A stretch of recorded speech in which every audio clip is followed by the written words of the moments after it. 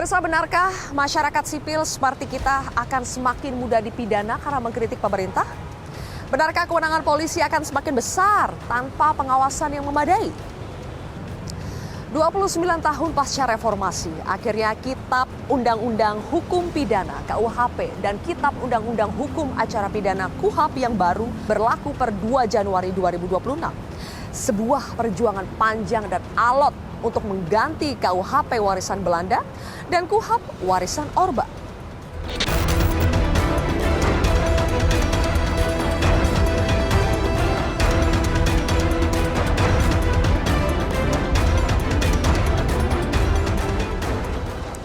Lalu kenapa kita harus peduli? Apa pentingnya KUHP dan KUHAP ini bagi Anda, saya, kita semua rakyat Indonesia? Kita sudah terlalu sering mendengar hukum di Indonesia yang tebang pilih.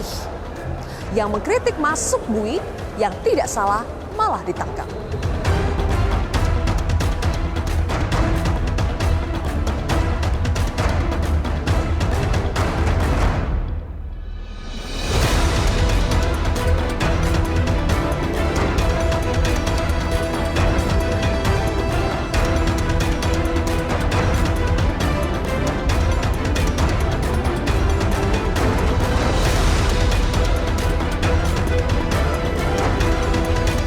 Namun pemerintah dan DPR membantah semua tudingan bahwa KUHP dan KUHAP bakal mengekang kebebasan berekspresi.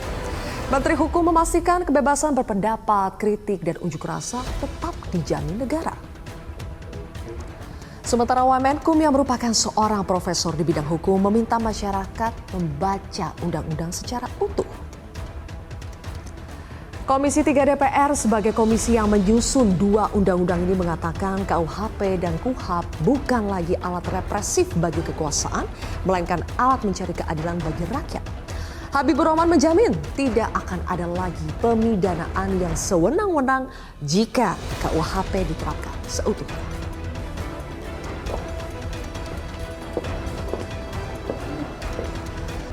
Pasal 240 KUHP mengatur soal penghinaan terhadap pemerintah yang terdiri dari presiden dan atau wakil presiden atau lembaga negara yang meliputi MPR, DPR, DPD, MA, dan MK. Definisi penghinaan dinilai multitafsir sehingga berpotensi membungkam kritik.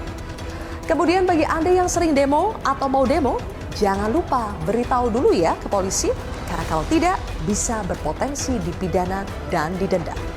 Namun Kemenku menegaskan pasal ini bukan melarang, bukan juga mengharuskan masyarakat minta izin.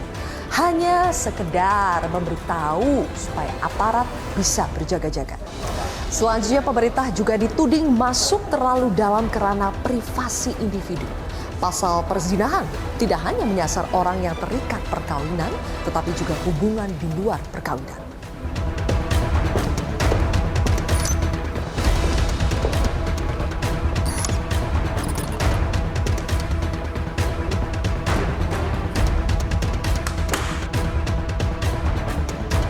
Pemerintah mengakui tidak bisa memuaskan semua pihak. Namun, KUHP dan KUHAP yang baru ini diklaim sudah melibatkan partisipasi publik yang luar biasa. Akankah hukum di Indonesia memasuki babak baru yang kuat atau malah jadi darurat? Saya Zilvia Iskandar, inilah kontroversi selengkapnya. Tahun baru, KUHP baru.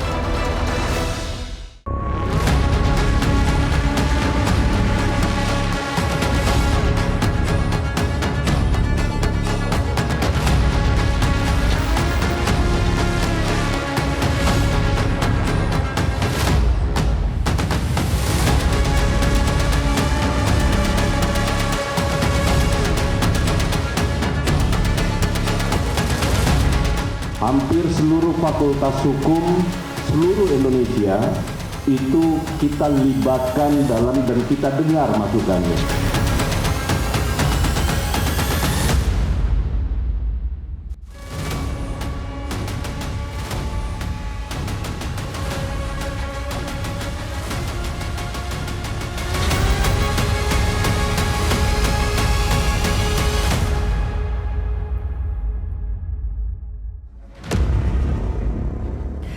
Pak Menteri, setelah puluhan tahun akhirnya negara kita punya KUHP dan KUHAP baru yang bukan warisan Belanda lagi ya. Jadi hasil karya anak sendiri. Ada yang menyelamati, tapi ada juga Pak Menteri yang sudah menilai bahwa Indonesia darurat hukum katanya dengan adanya 2 produk undang-undang baru ini. KUHP dianggap mengecam kebebasan masyarakat, berpotensi juga meningkatkan kriminalisasi, sementara KUHP katanya memperluas kewenangan polisi menjadi super power kewenangan polisi. Bagaimana Pak Menteri menanggapi kontroversi ini, Pak? Biasalah ya dinamika di dalam masyarakat. Ada yang betul-betul memberi kritik yang konstruktif, ada juga yang memang dari awal sudah a priori dengan pemerintah. Jadi itu biasa dalam demokrasi kita. Tapi yang perlu saya tegaskan yang pertama, penyusunan dan keinginan kita untuk melahirkan Kitab Undang-Undang Hukum Pidana Nasional itu bukan pekerjaan yang sehari 2 hari. Dan anak bangsa sejak tahun 63, kalau kita hitung berarti hampir 63 tahun. Sampai kemudian dia berlaku di 2026 ini. Baru kemudian kita memiliki sebuah KUHP nasional. Walaupun saya menganggap bahwa banyak hal yang tentu tidak berubah dari sisi perspektif hukumnya, tetapi yang pasti yang ingin saya tegaskan, baik KUHP yang kita hasilkan maupun kepada KUHP, yang sangat berbeda di antara keduanya adalah menyangkut soal komitmen perlindungan hak asasi manusia. Kalau semua teman-teman ahli hukum, pengamat hukum, dan seluruh masyarakat Indonesia membaca secara utuh dari awal sampai akhir, baik itu KUHP maupun KUHP. Nah, agak berbeda dengan KUHP kita. KUHP kita bukan zaman kolonial lagi. KUHP kita yang pertama itu adalah Undang-Undang Nomor 8 tahun 81. Sejak tahun 81 kita sudah memiliki KUHP nasional, mengganti HIR zaman kolonial dulu, hukum acara. Nah, karena itu kedua-duanya kalau dianggap sebagai sesuatu yang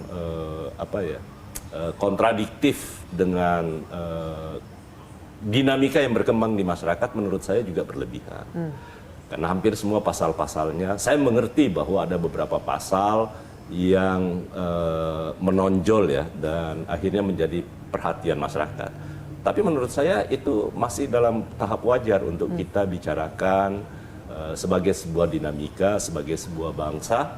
Dan saya pikir itu masukan suatu saat kita coba untuk bisa didiskusikan kembali. Oke, sebelum kita bicara soal substansi ya Pak Menteri. Jadi kalau sampai hari ini Pak, tanggal 8 Januari, itu sudah ada 10 gugatan atau permohonan perkara yang masuk ke MK untuk uji material. Bagaimana Pak Menteri menanggapi? Ada, itu cukup banyak ya Pak, 10 yang sudah masuk sampai hari ini. Mau 10, mau 20, tapi kan intinya tidak lebih dari sekian isu kan. Itu kan malah bagus.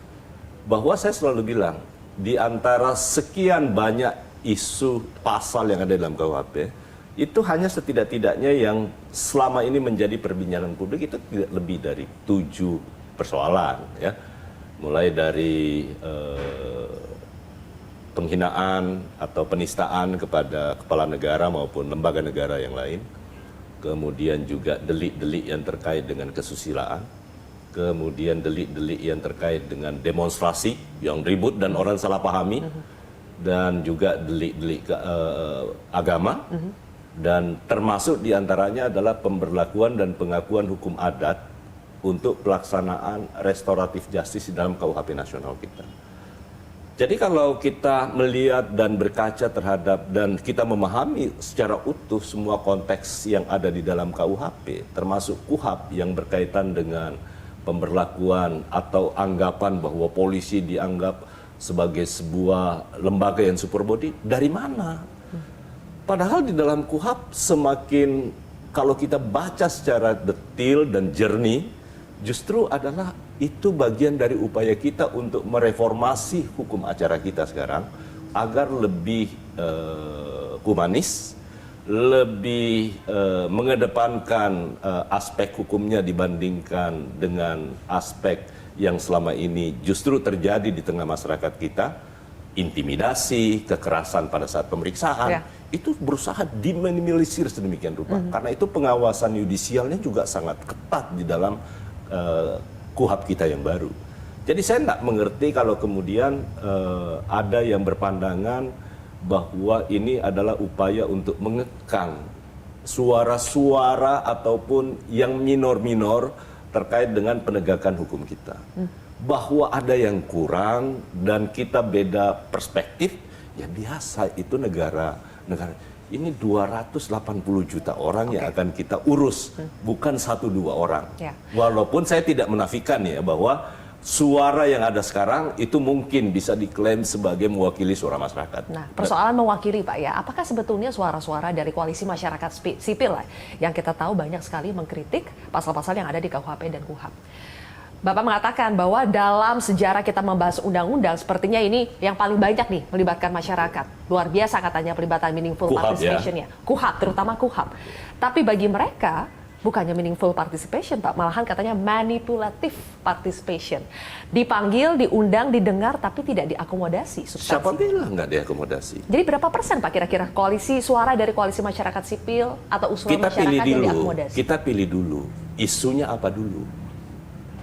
Memangnya semua yang dipikirkan oleh masyarakat sipil itu menjadi kepentingan negara?